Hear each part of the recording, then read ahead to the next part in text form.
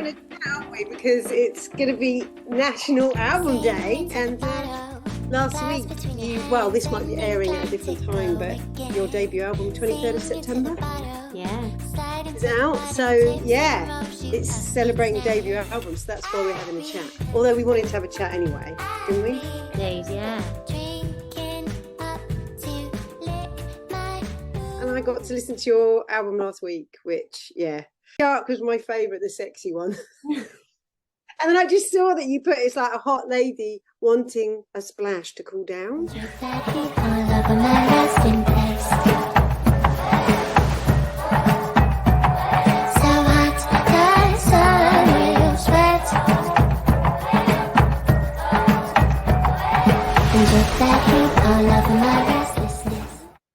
It already gets the visuals of One Splash the movie with Daryl Hannah, and then it sort of makes me think of some kind of cartoon lady shark. So you've already got me going with like some visuals there, which is always good with lyrics. Absolutely. Shark is like, that's the track on the album that because I want people to listen to it, and there's people I work with, there's a lot of people will be like, oh, you've released an album, and I'm like, I wish I could send you this album, but mine is Shark. Just mute it, or maybe like do like a big vuvuzela throughout the whole sound for people. They can handle it. Yeah, they had to have sex for them to be here, so they need to address that. Absolutely, yes. But I know what you mean. Sometimes you're like, shit, because you want to do it, you want to open up, but then sometimes you're like, oh yeah, don't ask me about that song, which is fine. Just say no, I'm not talking about it. Yeah, the smutty love song. But yeah, I'm glad you like it. Yeah, that was the one, because I listened through, and the first one, obviously this is where you go to, where you come from. I think with what I love to think about and where I'm at with what I'm writing about at the moment, I looked at the lyrics. I wrote this down: sensitivity is going to pass that test of disdain. And I was like, oh, I know what I think you mean by that, but what is your, because you said it made you feel relaxed after you'd sort of written that. Yeah, it did.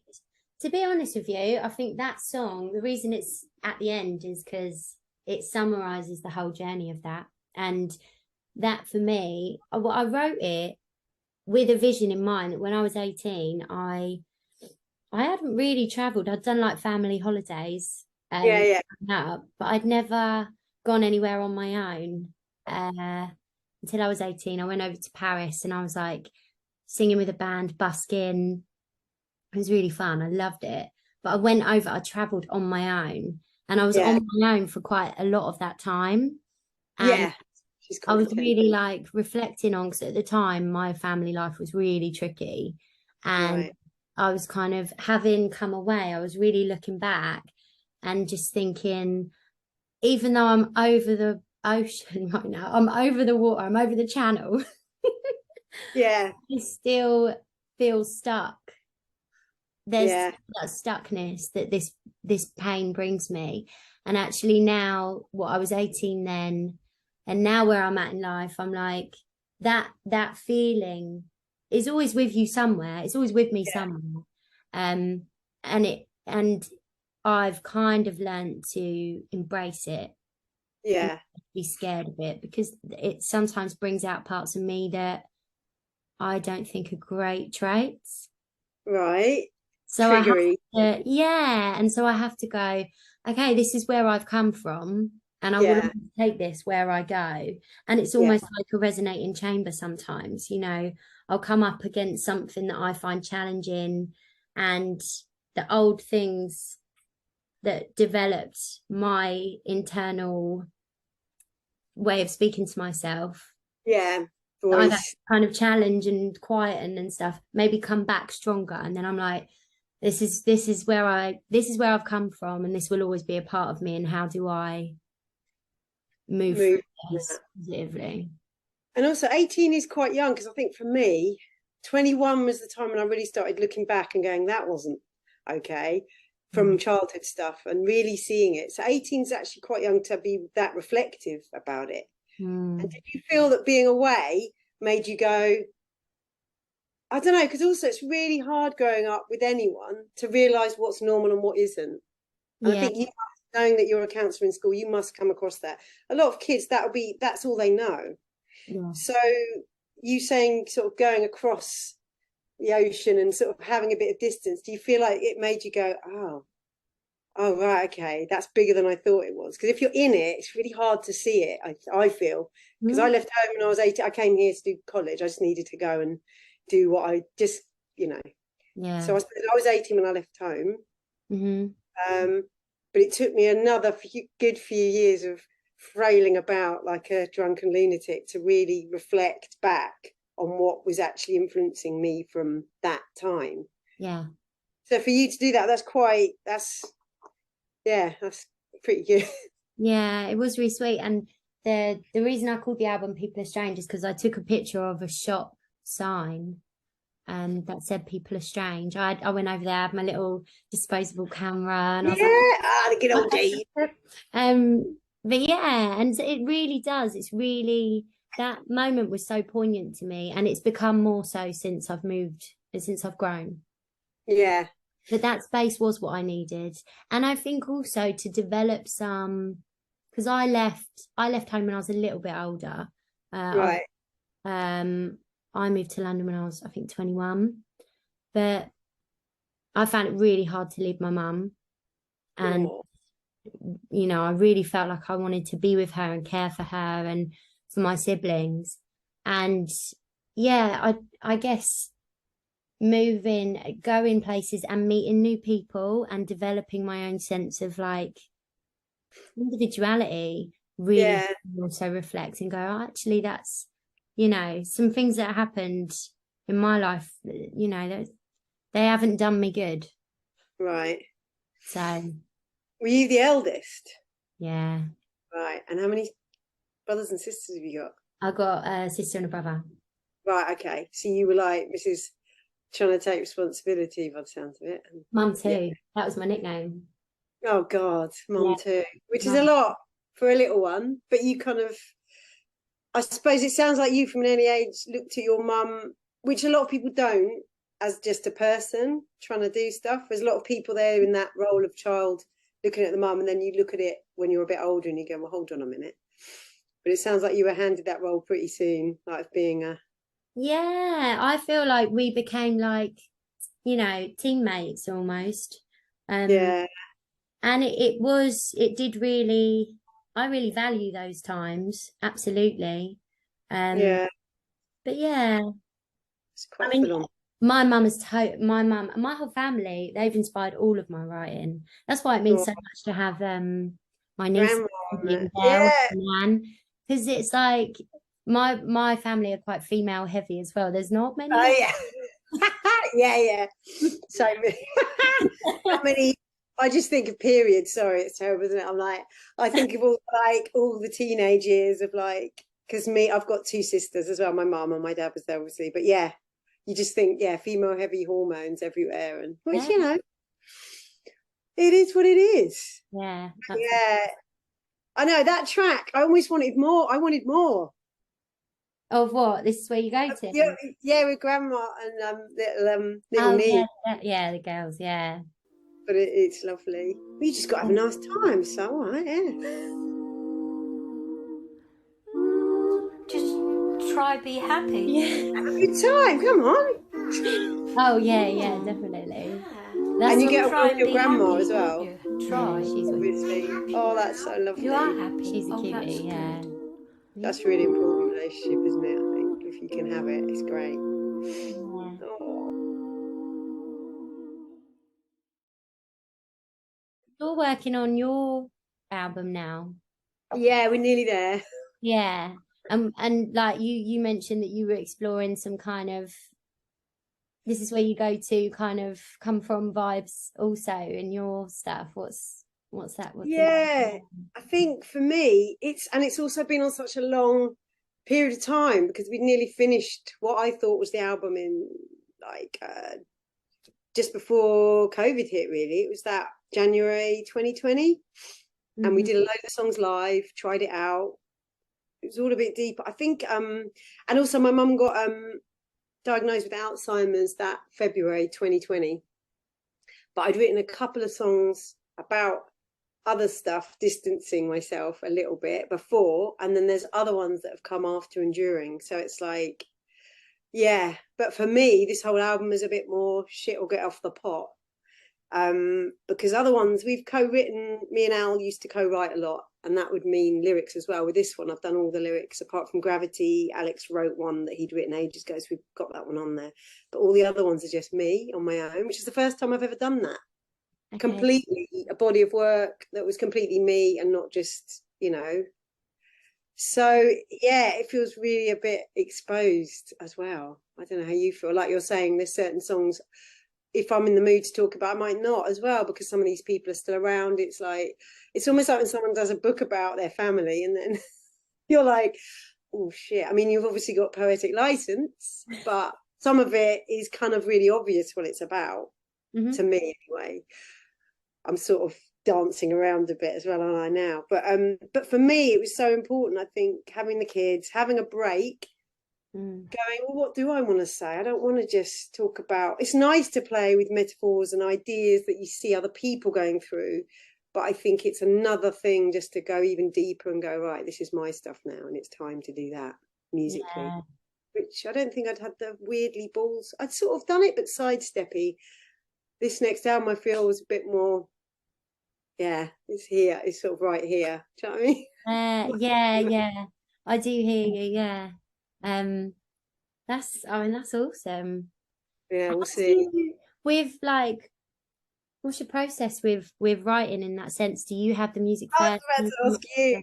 All right. Yeah, go on. No, go on. Finish. Yeah. Finish what you'll say first. What was that? Yeah, I'm curious to know what your process is when you write, and I know that will change because sometimes the vibe comes differently and stuff, but I'm curious because I mean, across your music I've been listening to, your vocal arrangements are unreal and they're so beautiful, and I was kind of listening to your music and really curious as to how a tune grows for you. Where does it kind of is it melody, is it a lyric idea, is it what goes on for you?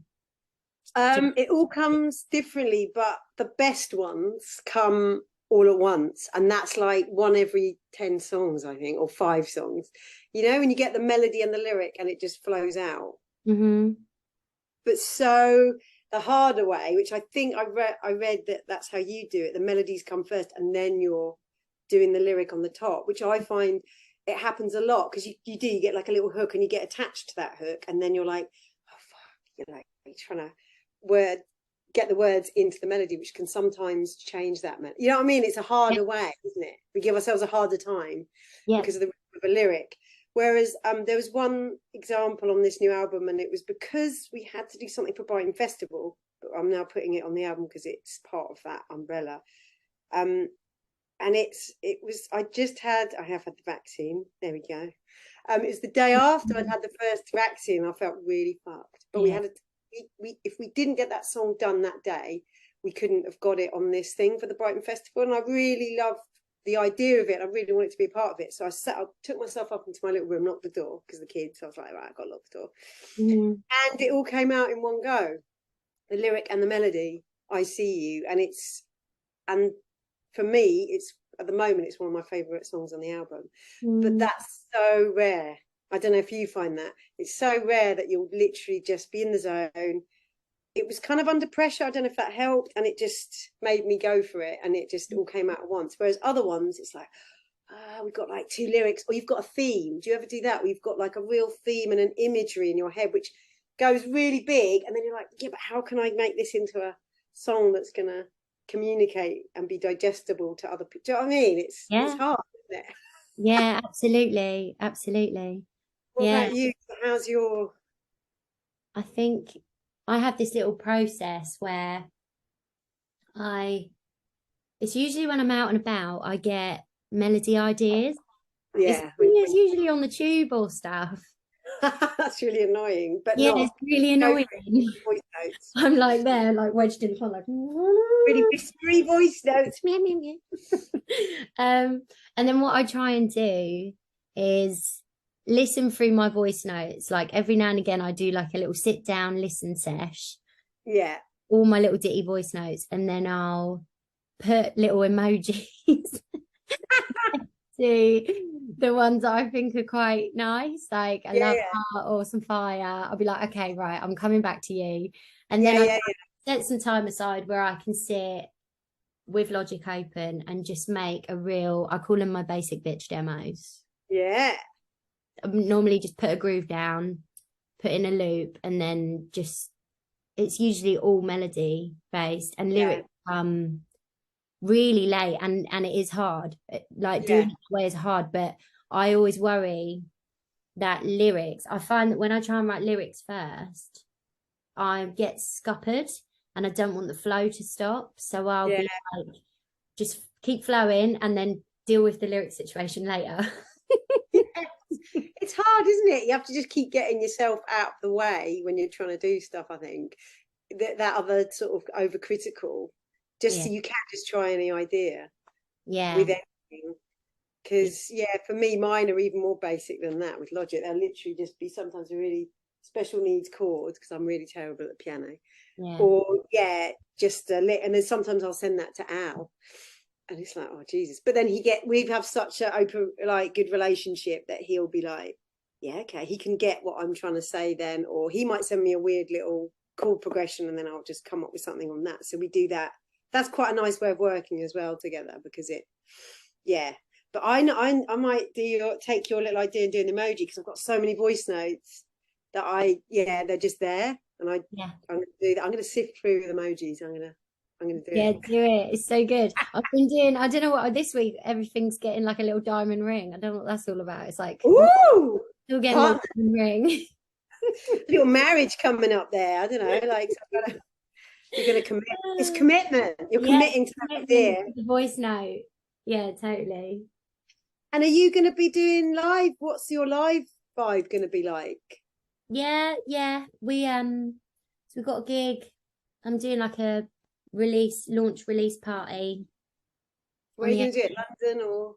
Yeah, London. Doing it at a venue called Grow in Hackney. Okay. On the water. It's really cute. So yeah, going to do a gig there and putting ourselves forward for like any support, things like that, just to get that experience. I've leading up to before lockdown, I was releasing singles, myself, and that was quite hard, really, because I was really struggling with live.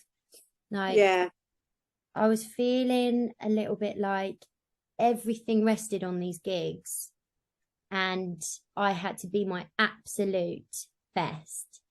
And I always get it. Every single gig that I do, I'll have a moment where majority of the time I'm just lost in it, I'm enjoying it, and then suddenly it's like lights are on. Oh, look at all these people, look at all this, look at this situation you're in. Oh my God.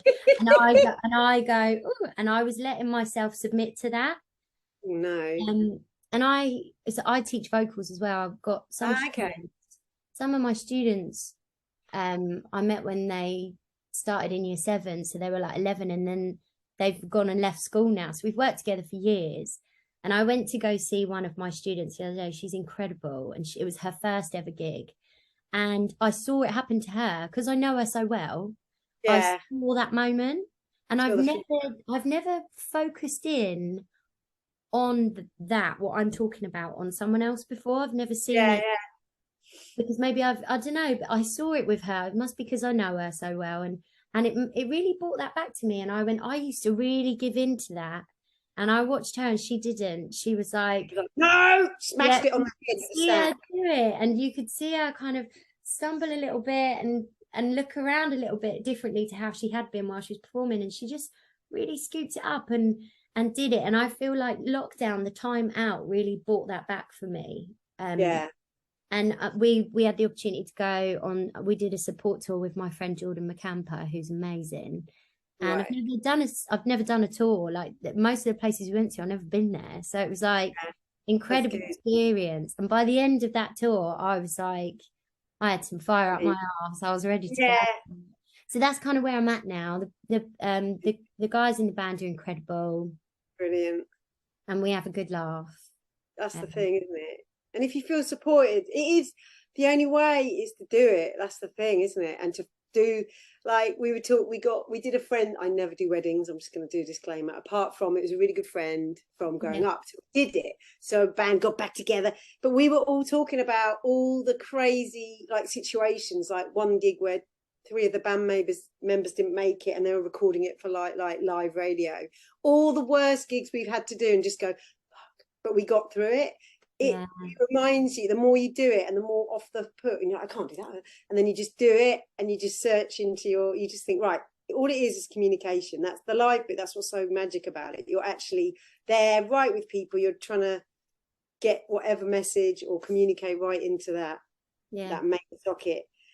And I think, talking back on those moments where you're like, you ride it and you feel completely naked. And like one of the gigs, we were like on a, God, I can't remember. It was like this random, like on this thing on water. It was weird. Anyway, and we were missing Al. He'd missed his flight, and it was like, how are we gonna? And you just do it. You manage somehow, and you can't overanalyze how those missing parts are going to translate, because the people there, as long as you're giving it that, it seems to work. I mean, obviously, within reason. If I was just on my own for like an hour, that could be really boring. But yeah. So, and I think it's really important, like if you've got that band around you, you feel that support, so you can just do what you need to do, which is be the main, the voice at the front. So, yeah, it's exciting though. But the other thing I was really interesting that we spoke about before, which isn't music, well, it kind of is, it influences everything, is the fact that you're trained to be a counsellor for all these kiddie winks. Yeah. Young and old, which really interests me, because I just think, I just wish the world could afford, it wasn't a really overpriced, it was something that was available to all, because I feel like, oh my God, if everyone could just have that self-reflection and guidance, because a lot of people don't, and there's so many people that say, oh, I can't afford it. And then I've got a mate who lives in a van, he's skint, he always manages to find the money. It is a reduced rate, but he always manages it for his therapy sessions. That he prioritizes it, but then there's so many people that there's no way, and you just think, oh my God, I know, you just want it to be for everybody, don't you? Like, but you doing it in schools is making that's a really big bridge for so many kids. That giving the time, isn't it, to think and be reflective about life. Definitely. And I'm still really early on in my training, but what seems to stand out for me personally as a woman now who was a child once is normalizing particular emotions that for me as a child I wasn't really, it was quite, if I was feeling angry very quick, you'd have to nip that in the bud, like don't be angry, you can't be angry. Whereas I think what I'm learning and discovering now is exploring anger. Where's that anger coming from? Where does it feel like in your body? What's getting to know all the feelings that your body will feel because you're a human. And therefore, if you explore them, when they arise, you can identify them and have a little bit more autonomy. Let's all the feelings. Do you find now, because you have done you are doing this work, do you find now because for me, this is after a lot of therapy, I can now, things will happen, but it's weird, you can actually be a bit in that and get a bit in I call it the whirlwind, when emotions come up and you're just turning into something you don't want to be.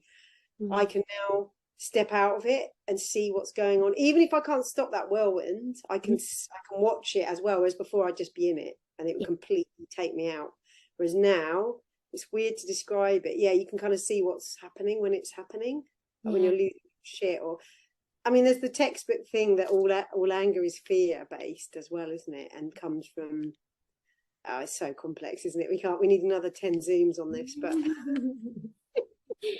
But no, I agree with you, since I do really think that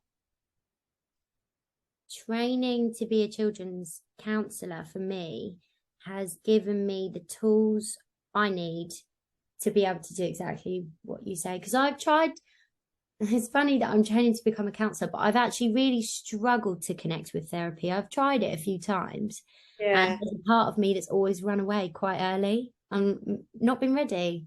You know, there's things, and I'm like, no, not ready for that. Actually, I'm gonna email you and cancel for next week, and you're not going to see me again. Naughty. At least you're saying I'm not ready, because a lot of people I speak to, and this is going to be a really sexist comment that I might retract later, seems to actually, no, it's not going to be a sexist comment, because I know just as many women that have said it to me. But like, well, the therapist wasn't the right, you know, they weren't the right one. I was thinking, it's about when you're ready, because you could be ready, you've got to be ready to work.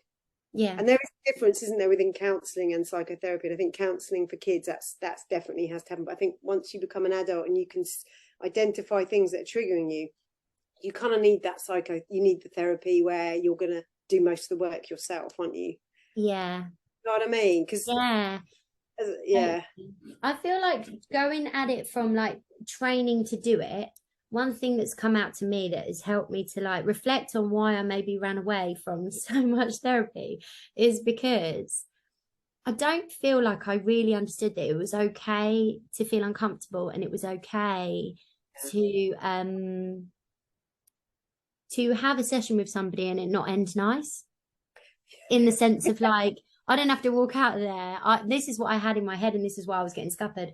I'd walk out and be like, why do I feel like worse than when I walked in? I don't want to feel like that. Whereas now I understand that is part of the process. If you're with somebody and they're containing you exploring something that's difficult, you're working towards a process, hopefully something that's going to help you, as you say, have one foot in and have one foot out, and see what's going on for you, but also have a foot on the outside, seeing it from a different point. Also, if you came from a place where you weren't, because I definitely, you know, and it wasn't our parents' fault, that's how they were brought up. It's just generational stuff, and sometimes they haven't got time to sort their shit out. But it's that kind of thing where there's no allowance for emotions. You have to, and as a young child, Gabor Mate talks about it all the time. Like, if you're holding that in and you can't express how you feel at that time about anything, really, you're already regulating at 5 years old? That's too young to be over-regulating your emotions. So then when you come to be an adult, to open up with a therapist, I think it takes a lot longer to feel comfortable to do any of it, doesn't it? It's just like, because really you've spent your life validating the way you've learned to be. It's like an opportunity to maybe rewire some things or think about things differently, but that's really tricky, especially also to share things. And this ties to music so much for me, because to be vulnerable and to share something that is so hard sometimes, like raw and revealing to someone that you don't really know. You're getting to know them. Have you seen the running out of time thing? No. Okay. What's it? Do I need to write this down to check later? I thought you meant it's I thought it was like a documentary. Is it running out of time? We've got 9 minutes. I haven't got Zoom that you pay for. We got 10 minutes left though, so that's all right. I haven't either. Don't worry, keep going on that trajectory. I thought you make a documentary. I was like, right, go on, watch it. Go on, yes. I can't remember what I was saying now. What was I saying? You were talking about being that vulnerable, and it does connect to music, because then it's almost like there isn't a curtain, because you have to step out there and put yourself out there. And you've done it more than I have at a younger age. I've taken a lot longer than I think you have. You've gone right in there. Be vulnerable and to use music. Yeah. I think to have that in a room with somebody that you're getting to know. And also for me, I felt, again, since learning that a counsellor really works on not judging someone, that really has really helped me, because I would sit in a room with someone and be like, you are judging me left, right and centre, and I'd really struggle to connect because I'd have my guard up. How can you, if you think someone, and that's the other thing, you have to really, and it's really like quaint, but you really have to not give a shit about what anyone else thinks about you. You have to just focus on, it all has to be go in first and then you can go out. Otherwise you're fucked. You can't connect to anyone unless you go in first, sort your shit out about how, so you're not projecting stuff or worrying about how someone sees you. I've really given that up now. If someone's got a problem with me and I don't really understand, I've tried my best, I'm like, I can't change. It's about understanding that people see things in a completely different way and understanding that that's what they truly believe, that's how they see it, and there's nothing you can do to change that, is it, apart from how all you can control is your own view and how you can try and receive stuff. But yeah, absolutely. But yeah, I definitely think that sits alongside music so much, because the first song on People Are Strange, so Todd produces the record, but he's also my husband. Woo! Married drummer. Yeah, baby.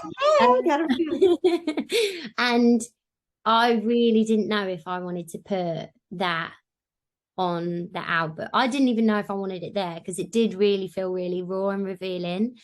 And he kind of was just like, well, you know, it just encouraged me to go there. And actually what made me feel safer about putting it there was having Ruby and Belle, my nieces, on it, because they kind of almost made me fine a bit. Yeah, because I think it's a message, what I say in it, I think it's a message that I want them to know from me, from their language. Like, I want them to believe that they are a natural being that can be vast and can be small and can be loud and can be soft and all those things. So, you know, saying it for myself was quite hard, but saying it for them made it make so much sense. Press the button now on. Yeah.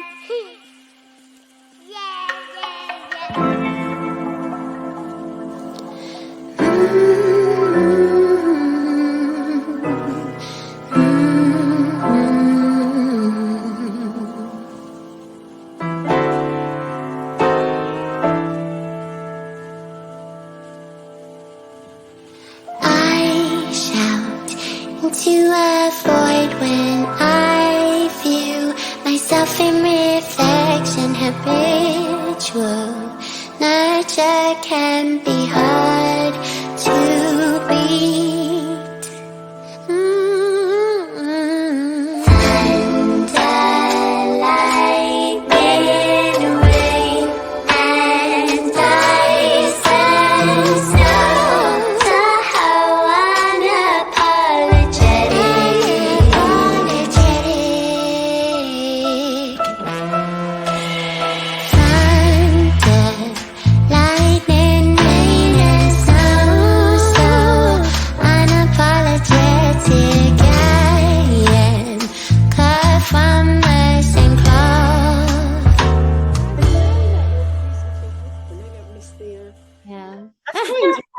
so great.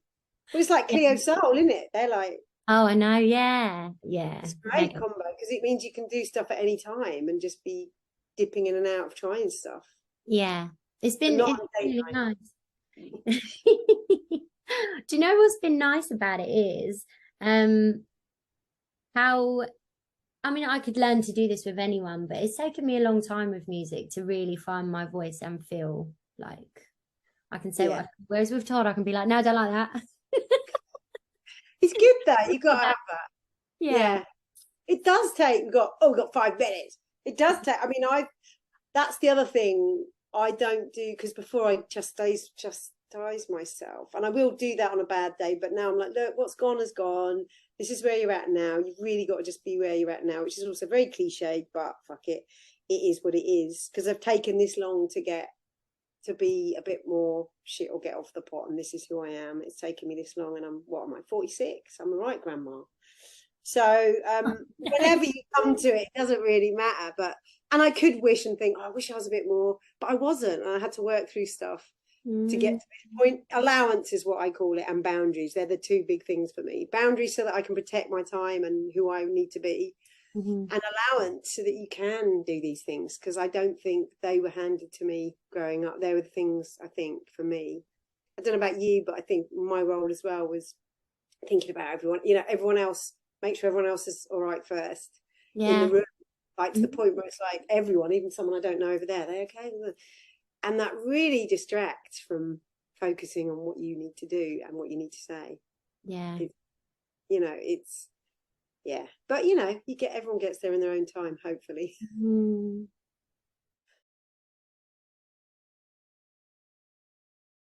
I've loved talking with you today. I can't wait to hear your music. I can't wait to hear the new stuff. Yeah, I want you to hear the new stuff, because the old stuff, it's where I've got, you know, it's how I've got to where I've got to, and the touring and all the people I've met, and I wouldn't change any of it.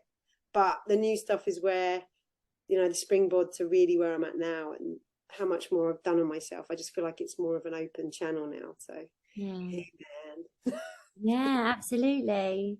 But yeah, and I'm looking forward to hearing how you're going to translate it live as well, because I always that's what really gets me, is how people realise their albums live. We're both going to shit and get off the pot. Not get off the pot. We're going to shit and get on the pot and off. What do you mean by shit get off the pot? Shit or get off the pot. So get on with it. Like, do it. Do your dirty and your all of it. Just get it all out there. Do you know what I mean? When people get on the pot, they're like, I'm not going to do anything. I'm not going to shit or get off the pot. It's like, do it. Come on, let's do it. Or do it. Do you know what I mean? I'm sort of doing that to myself a bit. Like, we need to everyone just that honesty and that openness and stop playing around, because life's a short game. It can be. So it's like, get on with it, which is hard as well. So, but yeah, that was my motto for this new album, and just going, yeah, you can go there, do it, get on with it. Yeah. So absolutely, she'll get off the pot. Yeah. Unless you've got constipation, and then use a bit of olive oil, prunes, whatever you need. We might. Well, that'll be the next chat. We'll do that. Yeah.